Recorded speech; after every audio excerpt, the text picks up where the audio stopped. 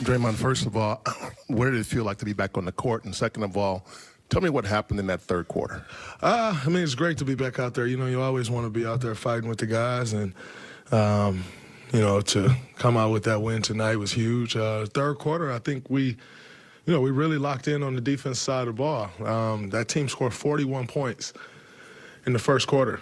And, you know, we said at halftime, like, all right, we got the defense under control. Now they scored 24 points in the second quarter, but let's come out and let's tie both ends together. Let's use our defense to fuel our offense.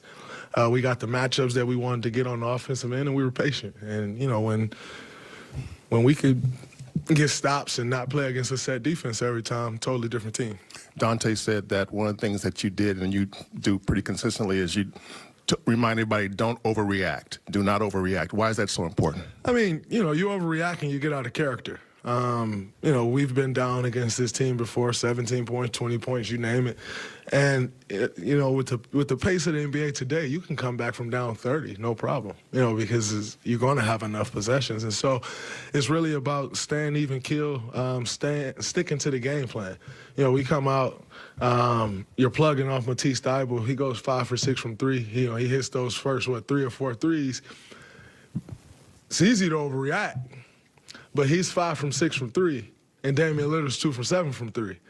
What it does to the defense is totally different than if Dame's 5 for 6 from three, because now you're overreacting. Everybody's, you know, you're sending 2 and 3 guys, and other guys are getting open shots. And so, really, with the, you know, just stick to the game plan. Understand, you know, and I think I'm in a position to say that because I know this coaching staff. I know when they put specific game plans together, it works. I've seen it work year after year, playoff run after playoff run. When they lock in and put a specific game plan together, we want to guard guys this way. You know, we want to make this guy score and not let this guy. When they do that, it works. And you know, Coach told us before the game, like, hey, we're going to try this game plan, and this is more like a playoff game plan for us. And you come out in the first half, Houston Rockets hit all the threes, and you stay the course. Not switch your defense, not get away from what you wanted to get to. And we did that, and, you know, second half, it was a totally different game. Draymond, Steve said he feels like things have come together, a chemistry and energy, even when you guys have been missing Steph, Andrew, you for some time. The others stuck with it and kept their heads above water. And tonight, Kuminga or Dante or whoever it's been. How impressed are you with how you guys have kind of withstood some of those challenges? Very impressed. You know, you lose Steph and things are already rocky. It's very easy to continue to go the wrong way. It's very easy to pout, feel sorry for yourself. You know, I said to the guys on the bench against the Clippers, like, nobody's going to feel bad for us. And we don't need anybody to feel bad for us. You know, we know what it takes. We know the guys that we have in this locker room and what we're capable of.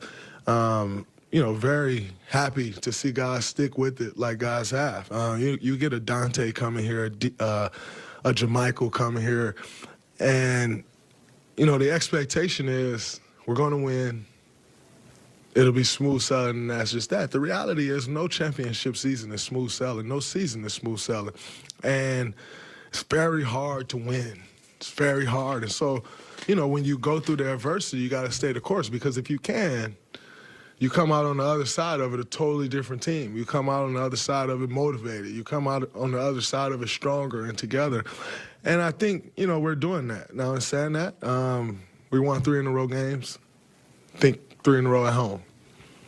We took care of what we were supposed to take care of. We got 2 more games on this homestand. We need to close the deal. So I don't want to overreact, you know, but these been some good wins for us, and it's something we can build on. I guess this is following up to Janie's question, but for so long, the third quarter historically has been such a huge factor for you guys. Do these past 2 games, the way you closed out the other night, come back from tonight, give you little remnants of, even with a really different roster, just moments of past teams that you can kind of grasp onto and hopefully move forward? I don't think you're necessarily looking at it like, this feels like, you know, the teams that were great in the third quarter, you know, but what you figure out is, can the team withstand adversity? quite frankly, this team has not, throughout the season. Now, you look at where we are and you say, done a pretty good job of withstanding it, but there's times where adversity have hit and we haven't responded well to it. That's growth, right? Like that's the growth you want to see. All of a sudden, adversity hits a couple games in a row and you respond the right way. That's where you want to be. And, it's game 62. So it's about time that you start turning that corner. When you got rookies at this point in the season, you're no longer a rookie. You got young guys, JK, you're no longer just in your second year. Like yes, you are in your second year, but the mistakes that you'd make at the beginning of the season, once you get to game 62, you're not given that same leash to make that mistake because you're young, and not just singling JK out, but just the first young guy that come to mind. And that growth is important, and you're starting to see the growth individually and collectively. And like I said, not going to overreact, but it is something we can build on.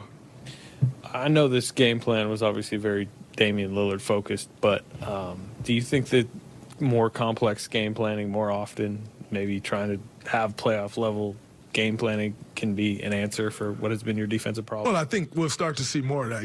Like I said, once you get to this point in the season, you're not only preparing for that particular game. You're preparing yourself for the playoffs. You're preparing yourself that you can go series to series and switch coverages, and quarter to quarter you can change your coverage, and everybody figures it out and use it. And you look at tonight, we ended up settling into the defense that was working for us, but in the first half we were trying to figure it out. And so I think you will start to see more of that. That's kind of what's the way it's been all these years. You come out of All-Star break, you got about 20, 25 games left. It's time to start locking in different playoff focus, playoff intensity, playoff game plans. And so I do expect to see a little more of that. Draymond, Dante said the biggest thing for him this season, he just wants to be available for the guys. And with, some of the guys in and out on the perimeter, how important has Dante really been for you guys this season? He's been a mainstay. He's been a stabilizer for this team, X factor. I can think of a million words to describe it, but the reality is, like you said, his availability and his production, it's been the same all year. And, after, in the beginning, you're like, all right, cool, this is great. We probably got something here. Then after a while, that's just what you expect, and so, it's gotten to the point now where these are the things that you expect of Dante. And, he's been a great secondary ball handler for us. He's been an incredible wing defender for us, knocking shots down, getting to the paint. He's doing it all, and it's been great to see. Draymond, how confident are you that this can be a good defensive team and will be a good defensive team in the last 20 games? You've talked a lot this year about how that's obviously not been at the standard it was last season. But the fourth quarter the other night and the second half tonight, there were glimpses of it. Yeah, I mean, we know we're capable, but just like on the offensive end and defensive end, I always say is you have to put it together. You have to create chemistry on the defensive end just like you create chemistry on the offensive end. It's taken us a while to do that, but in saying that, we know we have guys that know how. And if you have guys that know how, the hope is that you'll figure it out. And, I think we're doing a pretty good job, but now you want to be more consistent, and you want to make that the norm. And if we can make that the norm, which I think this team can, then, we know what we're capable of.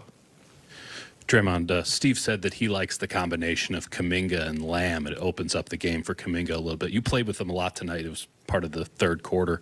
What do you like about that combination between the two of them? Well, I think number one is the size and length. Teams, you'll always hear, oh, man, those guys are too small. Quite frankly, when you have length, it's important. And, it covers up not being 7 feet, not being 6'10". And those guys have length. You have essentially two guys who are like 3-4s. But they can play off each other. You space Lamb, you get Kuminga working, the dunker, you get Kuminga working in the pocket. And that's where he's going to be most effective. At this